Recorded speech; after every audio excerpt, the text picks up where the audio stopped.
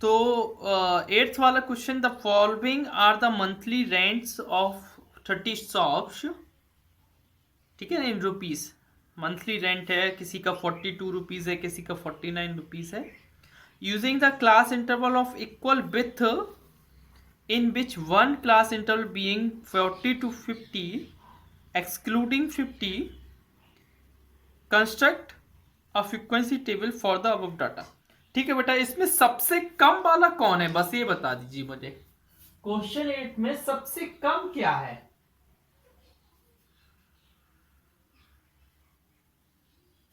सबसे कम क्या है बेटा? शिवांश,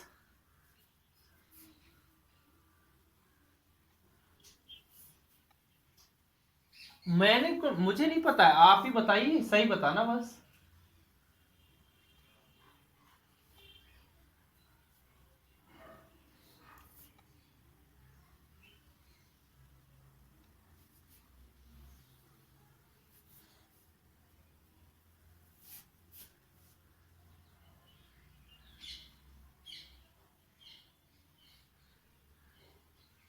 थर्टी वन ही है ना? और सबसे ज्यादा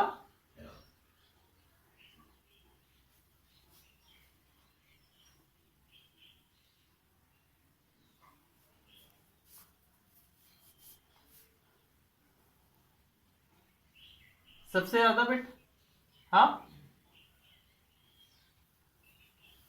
84। ठीक है बेटा, तो आपको पहला वाला क्या लिखना है? 30 से 40, फिर लिखना है 40 से 50। उसने बोला एक क्लास इंटरवल 40 से 50 होना चाहिए, तो एक क्लास इंटरवल 30 से 40 भी होना चाहिए, क्योंकि 31 हमारा आ रहा है ना, 31 इसी में तो आएगा। 50 से 60, 60 से 70, 70 टू 80 एंड 80 टू 90। बस इससे ज्यादा नहीं बनाएंगे। क्यों नहीं बनाएंगे? क्योंकि 84 हमारा हाईएस्ट है और हाईएस्ट वाला इसमें आ जाएगा। ठीक है ना? अच्छा मुझे ये बताइए, कितने नंबर 30 से 40 के बीच में आ रहे हैं? उसमें 40 वाला काउंट नहीं करेंगे आप। 30 से 40 के बीच में कितने नंबर आ रहे हैं, जल्दी बताइए। 1 2, आप भी काउंट करिए। 3 4 5 6। मेरे हिसाब से 6 आ रहे हैं। कितने आ रहे हैं? 6। आपके हिसाब से कितने आ रहे हैं? 40 से 50 के बीच में कितने आ रहे हैं? 1 2 2 2 2 2 3 3 3 3 4 5 6 7 8। 8 आ रहे हैं हमारे पास। 1 2 3 4 4 5 6 7 8। 8 आ रहे हैं। ठीक है। अच्छा 50 से 60 के बीच में कितने आ रहे हैं? 50 से 60 के बीच में 1 2 3। मेरे में 3 आ रहे हैं, आपके में कितने आ रहे हैं?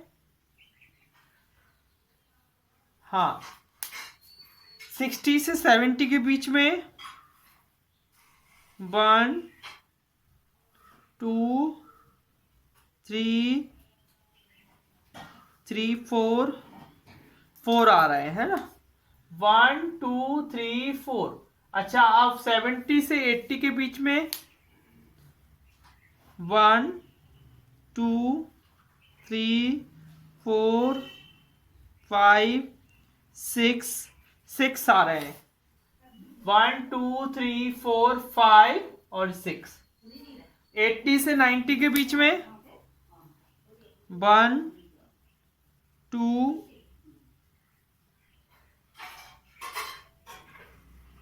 3 3 आ रहे हैं बेटा। 80 को भी तो काउंट करेंगे। 1 2 3। टोटल कितने हो गए? टोटल लिखो, इधर लिख दोगे चाचा। टोटल टोटल कितने हो गए? 3 9 9 13 16 24 30 हो गए। टोटल कितने हो गए? 30। बस बन गया, यही बनाना था बेटा, कोई दिक्कत क्या इसमें? अच्छा नेक्स्ट पढ़िए, क्वेश्चन नंबर 9 पढ़िए।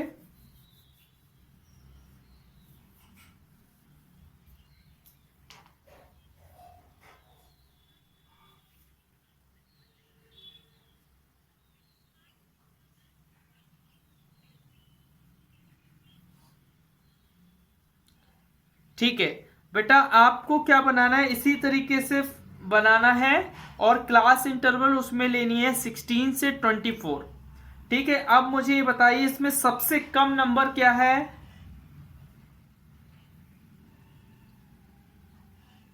सबसे कम नंबर क्या है बेटा?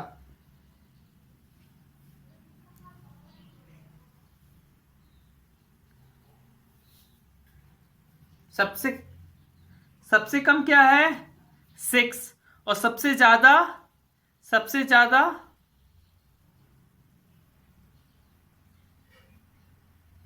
सबसे हाईएस्ट? 56, 66। ठीक है बेटा, देखो देखो 9th वाला मैं कर रहा हूं, ध्यान से देखना, मैं इनको इरेज कर दूंगा। उसने बोला एक इंटरवल क्या होना चाहिए, 16 से 24 आना चाहिए। एक इंटरवल क्या आना चाहिए बेटा, 16 से 24। और सबसे हाईएस्ट कितना आना है हमारा, 63। तो देखो हम क्या लेंगे, 0 से 8 लेंगे, 8 से 16 लेंगे, 16 से 24 लेंगे। देखो बेटा आ गया 16 से 24। वो बोल रहा था एक इंटरवल 16 से 24 होना चाहिए आज। फिर मैं लूंगा 24 से 32, 8 का गैप ले रहा हूं मैं, कितने गैप ले रहा हूं, 8 का। फिर मैं लूंगा 32 से 40, फिर मैं लूंगा 40 से 48, फिर 48 से 56, फिर 56 से 64। अब आप ढूंढ ढूंढ के लिखेंगे, फाइंड आउट करके, है ना, सर्च करके कि 0 से 8 के बीच में कौन कौन से नंबर आ रहे हैं। बेटा 0 से 8 में, 0 से 8 में 0 तो काउंट करोगे, लेकिन 8 काउंट नहीं करोगे। जो 8 होगा वो इसमें नहीं आएगा, ठीक है ना। इसी तरीके से 8 से 16, 8 से 16 के बीच में 8 को तो काउंट करोगे, लेकिन 16 वाला इस वाले में नहीं लोगे, 16 वाला नेक्स्ट वाले में लोगे। समझ रहे हैं ना? हाँ इसी हाँ इसी तरीके से आपको ये हो जाएगा ना, कोई दिक्कत तो जाएगी नहीं। स्क्रीनशॉट ले लो इसका, है ना, कि याद रहेगा कि इस तरीके से क्लास इंटरवल बनाने हैं, फिर छांट के लिखना है उसमें से सर्च करके।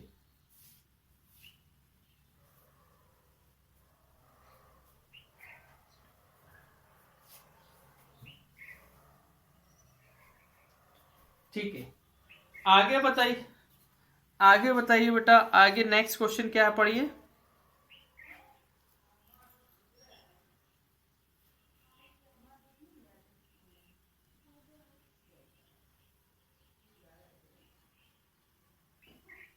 ठीक है, देखो बेटा, इसको मैं इरेज कर दूं।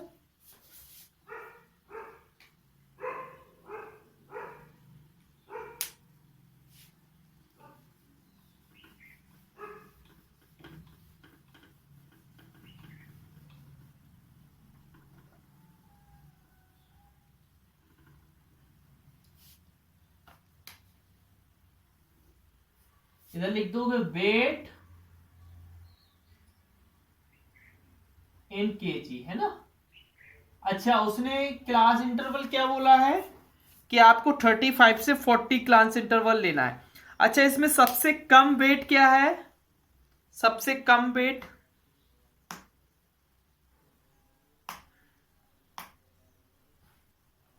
जल्दी बताइए बेटा, सबसे कम वेट क्या है?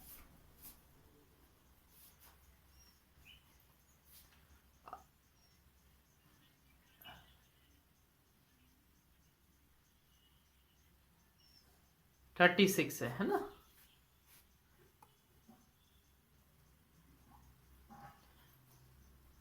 देखिए बेटा 36 है तो 36 इस वाले कैटेगरी में आ जाएगा। और सबसे हाईएस्ट क्या है बेटा?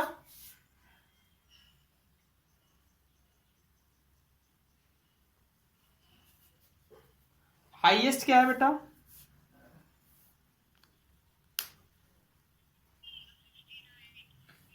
चलिए ठीक है, ठीक है बेटा। देखिए तो हमें 5 का गैप लेना है। 35 से 40, 40 से 45, 45 से 50, 50 से 55, 55 से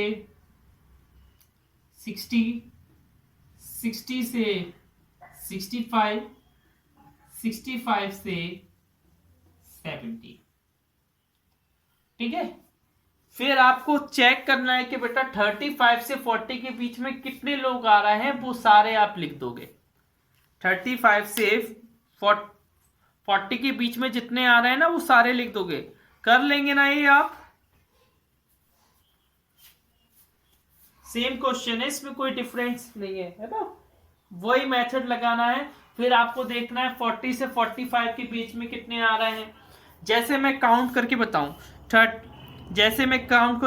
35 से 31 देख रहा हूं बेटा, 2, 3,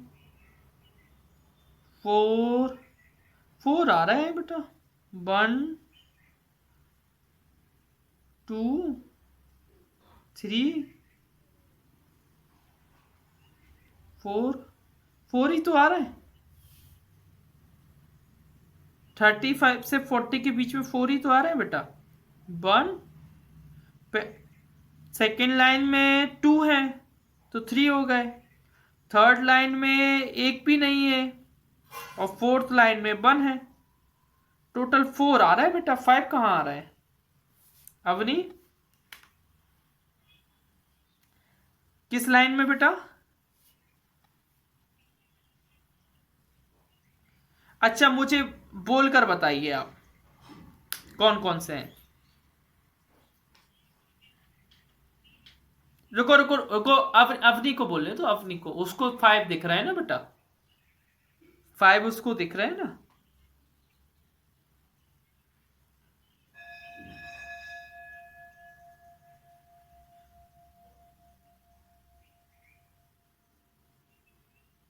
थर्टी नाइन कहां पर है बेटा? 39 कहां पर है बेटा? फोर्थ लाइन में 39, 39 नहीं है, 49 है बेटा।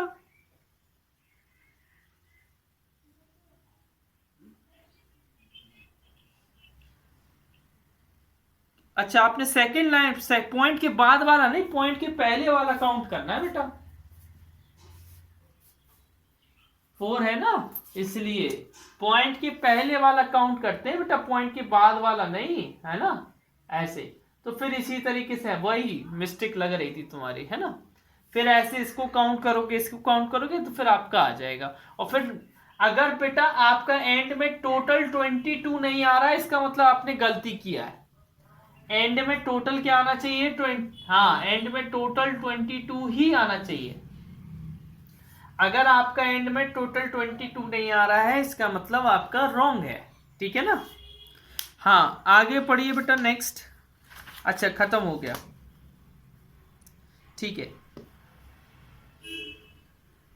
हाँ बेटा chapter 19 graphical representation of data, इसको मैं इरेज कर दूं, इसका स्क्रीनशॉट लेना हो ले लीजिए। इरेज कर दूं? हाँ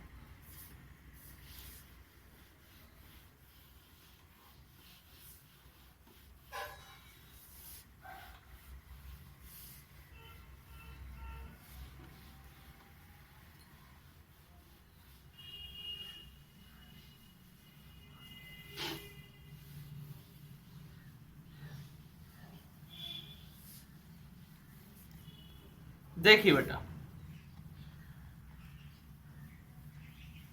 हाँ चैप्टर 19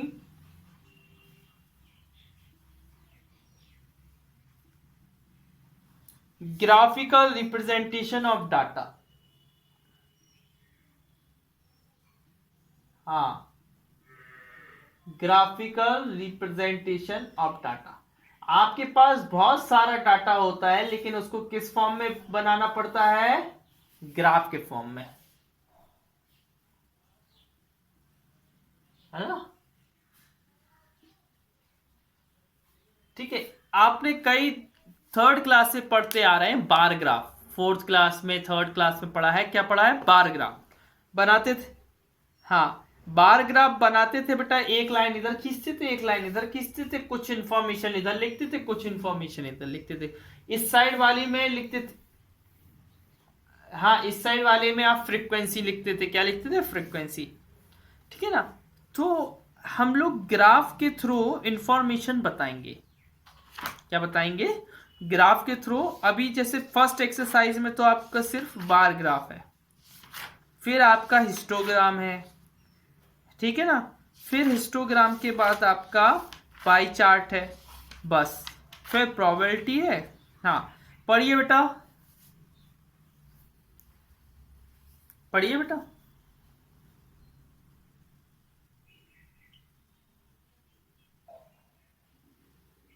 द नहीं, स्टार्टिंग से, द टू फॉर्म्स।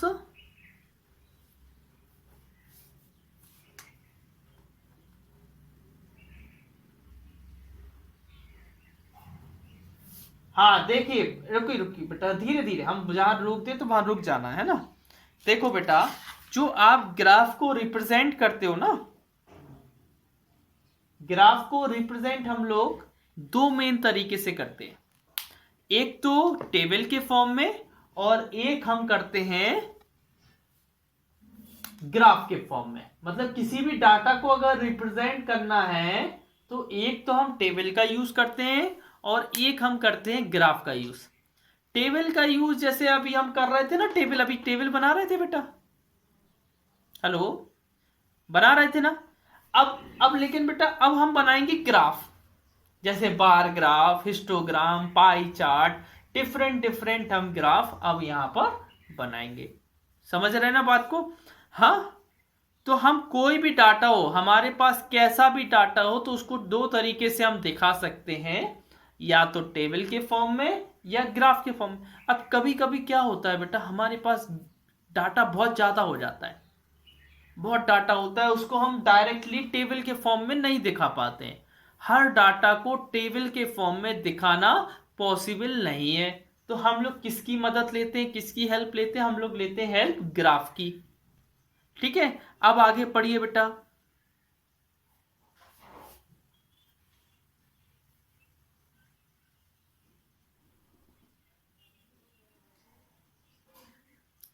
हाँ, हम लोगों ने अभी इसके पहले वाले चैप्टर में फ्रीक्वेंसी डिस्ट्रीब्यूशन टेबल बनाई।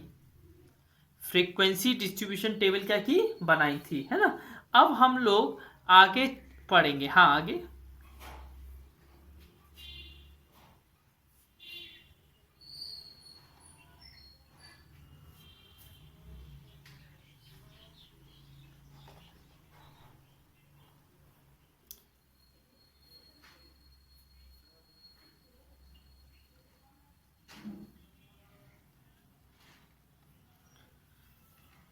ठीक है ना? क्लास 7 तक आपने क्या पढ़ा है? बार ग्राफ के बारे में पढ़ा है, डबल बार ग्राफ भी बनाए होंगे क्लास 7 में। लेकिन अब क्लास 8 में आपको हिस्टोग्राम के बारे में पढ़ना है, और पाई चार्ट्स के बारे में पढ़ना है।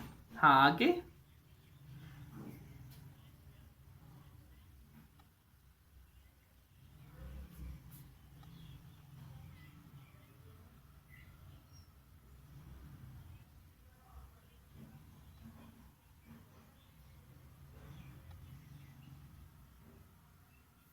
ठीक है ना? बार ग्राफ कैसे बनता है बेटा? हम उनमें बार्स बनाते हैं।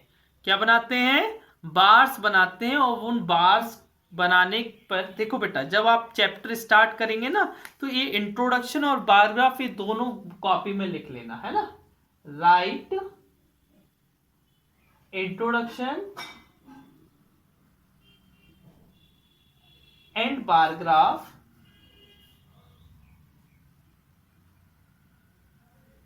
ठीक है ना, of page 251 in fair notebook. ठीक है ना, ये लिख लोगे ना।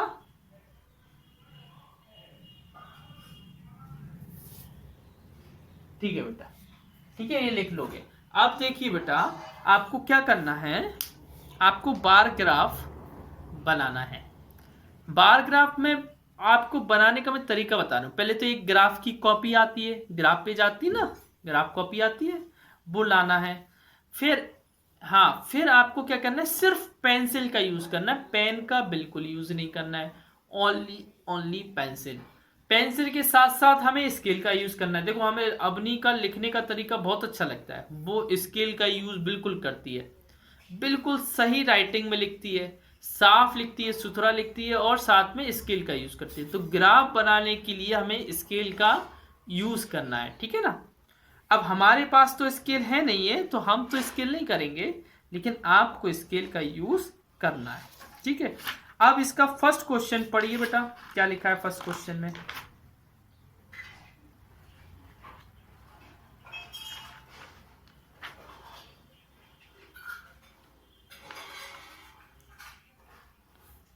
बेटा फर्स्ट क्वेश्चन और सेकंड क्वेश्चन, बेटा फर्स्ट क्वेश्चन और सेकंड क्वेश्चन में सेम करना है। अब बताइए कि मैं फर्स्ट करवाऊं कि सेकंड करवाऊं।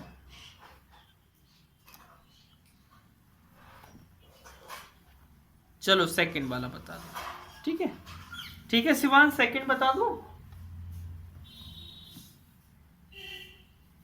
हाँ देखिए, मैं इसको इरेज कर देता हूं। सेकंड वाला रीड करो, सेकंड वाला बेटा।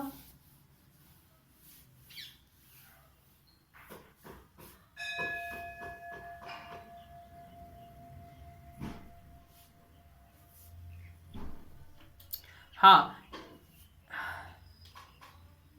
ठीक है ना, पूरी पॉकेट मनी कितनी स्पेंड की है, किस किस चीज में, फूड में 40%, एंटरटेनमेंट में 25%, अदर एक्सपेंडिचर 20%, और सेविंग की है 15%। इफ द पॉकेट मनी उनको 1000 रुपीज मिली है, represent the above information on table showing expenditure it in the rupees. If the pocket money in 1000 represent the above information on a table showing expenditure in rupees, then draw a graph, bar graph showing the expenditure। ये थोड़ा double graph है बेटा, देखो ध्यान से देखना बेटा, कौन सा है, सेकंड वाला। इसमें आइटम और सेकंड में क्या लिखा है, एक्सपेंडिचर।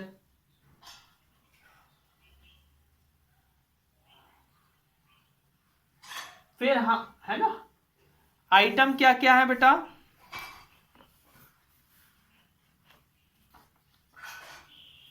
आइटम क्या क्या है बेटा,